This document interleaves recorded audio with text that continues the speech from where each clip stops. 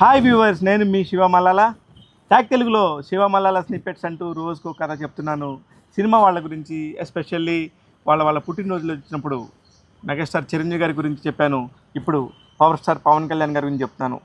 ఈ సిరీస్లో భాగంగా ఇంకొక 3 రోజుల్లో పవన్ కళ్యాణ్ గారి పుట్టినరోజు వస్తుంది.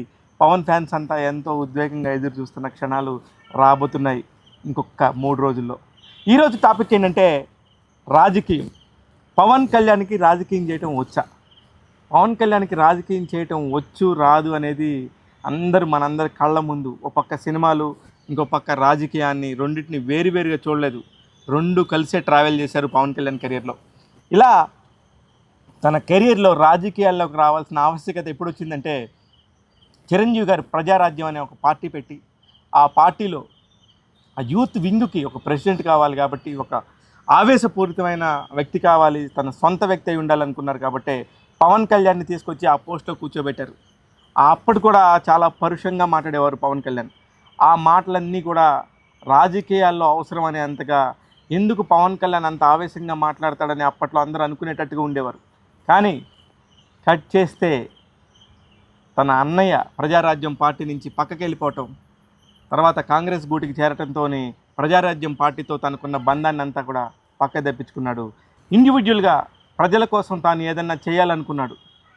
ఏం చేసినా సరే ప్రజలకు దగ్గరగా ఉండాలి, వాళ్ళకి ఏదన్నా మంచి చేయాలని డే 1 నుంచి అనుకోవటంతో ఏం చేయాలనే నిస్సహాయత నుంచి ఎలా చేయాలి అనే దానికి ఒక మార్గం సుగమం చేసుకున్నాడు.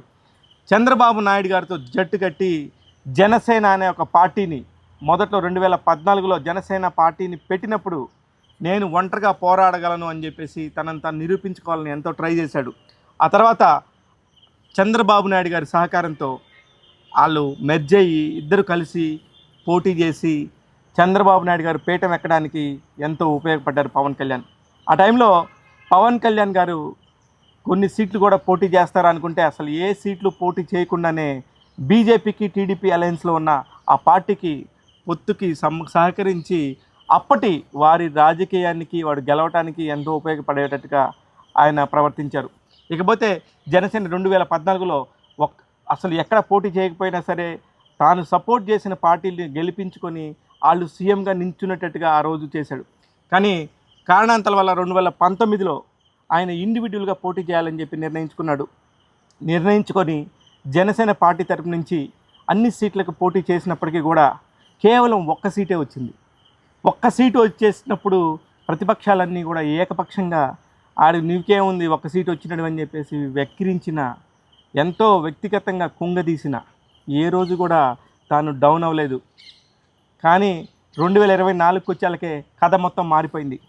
1 సీటు వచ్చిన మనిషి 100% మొత్తం గెలిచేశాడు. భారతదేశ చరిత్రలోనే 100% సీట్లు గెలిచిన ఒక పార్టీ ఏదైనా ఉందంటే అది ఖచ్చితంగా జనసేన పార్టీ అని చెప్పదు. అందుకనే చంద్రబాబు నాయుడు గారు ఎంతో గౌరవంగా పవన్ కళ్యాణ్ గారిని పిలిచి ఏపీ డిప్యూటీ సీఎంగా పవన్ కళ్యాణ్ని నియమించి అనేక శాఖలకు సంబంధించిన మంత్రిత్వ పదవులను కూడా ఆయనకు అందించారు.